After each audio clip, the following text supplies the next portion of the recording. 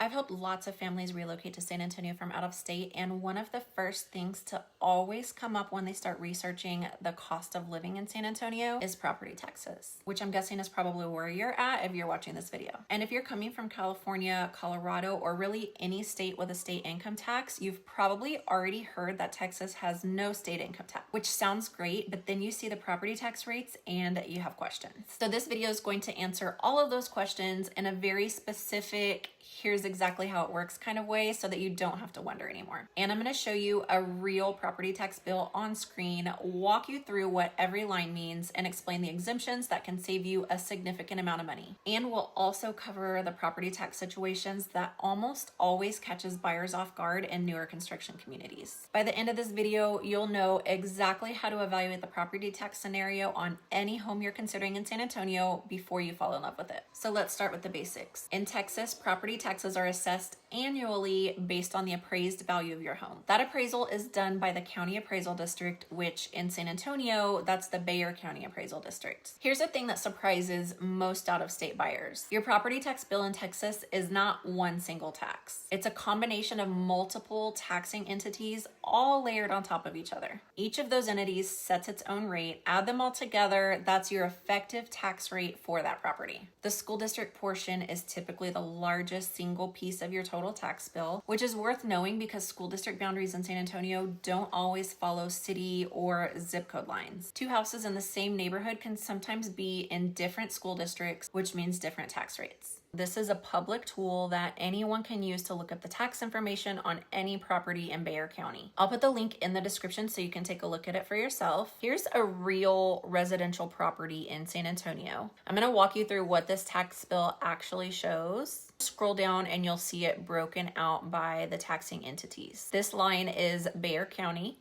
This line is City of San Antonio. And so if a property is outside the city limits, this line either doesn't appear or shows a different city. This line is the school districts, and these lines are the other special districts that vary depending on where the property is located. Add all of those together, and that's the total tax bill for this property for the year. You'll also see the appraised value the county has assigned to this property. Your tax bill is calculated as a percentage of that appraised value. So if the value goes up at appraisal time, your tax bill goes up with it unless you have certain exemptions in place. Which brings me to the most important thing I want to make sure that every buyer knows about. The homestead exemption is the single most valuable tax benefit that's available to Texas homeowners. And there are a surprising number of both out-of-state buyers and local homeowners that either don't know about it or don't file for it right away. Here's how it works and how you can actually save yourself money every single year. When you purchase a home in Texas and it becomes your primary residence, you are eligible to file a homestead exemption with the County Appraisal District. The homestead exemption does two things. First, it reduces the taxable value of your home, meaning the value the tax rate is applied to goes down, which directly reduces your tax bill. The current homestead exemption will deduct $140,000 from the assessed value before calculating the school district taxes. You can see here what the difference looks like on a real property. I mean, we're talking potentially hundreds of dollars per year on a typical San Antonio home. The homestead exemption caps how much your appraised value can increase year over year at 10%. That cap is significant in a growing market where home values are consistently rising. Without the homestead exemption, your appraisal can jump higher and higher from one year to the next with no cap. With it, the increase is limited regardless of what the market does. The important rule here is that you must have a Texas driver's license with that address listed as your residence as proof in order to apply and qualify for the exemption. If you're 65 or older, or if you have a qualifying disability, Texas offers additional exemptions on top of the standard homestead exemption. And these exemptions are worth knowing about, and this is especially important for military families or retirees that are relocating to San Antonio. If you or your spouse qualifies, filing for these exemptions should happen as soon as you're eligible because the savings over time can be pretty substantial. One more thing worth knowing is that if you're a disabled veteran,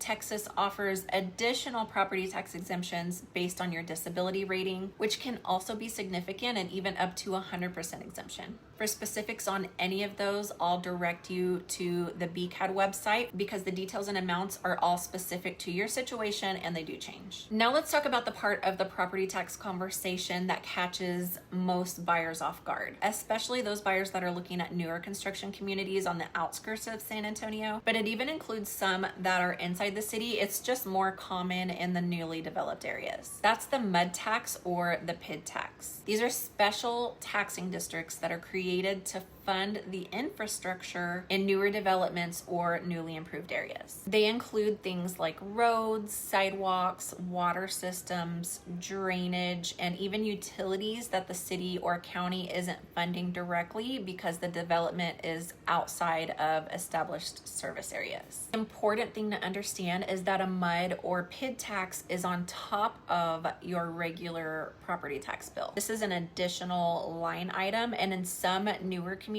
it can add a significant amount to your annual tax burden that you wouldn't see if you were only looking at the base county and school district taxes. Not every newer community has a MUD or PID, so I don't want to scare you, but many of the most active new construction areas do, and builders and sellers are required to disclose this. So if you're buying new construction, your sales contract will reference it even if you don't notice it. The issue is that buyers sometimes don't fully register what that means for their ongoing costs until they see their first full tax bill. Here's what a tax bill looks like on a property in a PID district. You can see the standard lines: county, city, school districts, and then this additional line here is the PID assessment. This is why I always tell my buyers that you have to look at the full tax picture on a specific address, not just the general tax rate for an area. Two homes that are a mile apart can have totally different tax bills just depending on which districts they sit in. The good news that MUD and PID assessments are not permanent, and as the development matures and the infrastructure debt gets paid down, those rates will typically decrease over time. So it all depends on how long you plan on owning the home, but in the early years of a new community, it can be a significant number that needs to be calculated into your budget. Now, while we're on the topic of new construction in San Antonio, if you are considering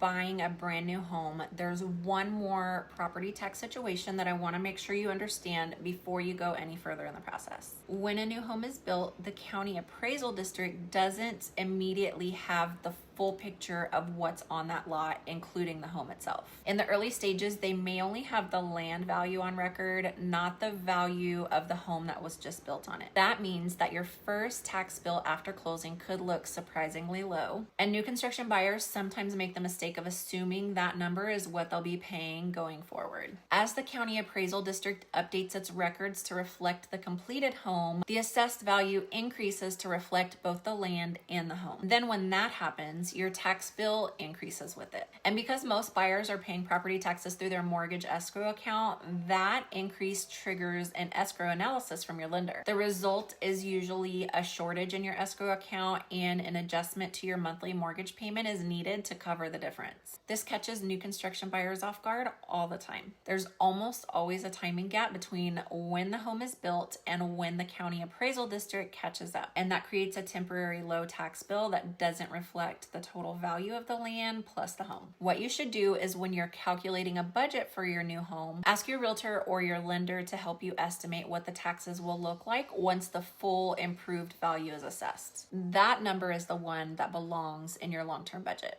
Now, we just covered a whole lot of information about property taxes, but here's what you really need to know. When you're looking at a home in San Antonio, don't use a general tax rate estimate for your monthly payment calculation. Pull the specific address on the tax portal and use the actual current tax bill as your starting point. Then factor in whether you'll have the homestead exemption in place and what that saves you. And make sure to check whether the property sits in a MUD or PID district and what that adds. Property taxes in the San Antonio area are a real cost, and I'm not going to sugarcoat anything here, but they are fairly easy to calculate if you know how, and I can help you with that. For most families relocating from states with both high income taxes and high property taxes, the full financial breakdown in Texas still tends to work in your favor when you add it all up. If you have specific questions about the tax picture on a property that you're looking at, that's exactly the kind of thing we can cover in our relocation call. The link to my schedule is in the description, and if you haven't taken the suburb quiz yet, that's a great starting point for figuring out which part of San Antonio makes the most sense for you and your family overall. It's also linked in the description. Thanks for watching, and I'll see y'all in the next video.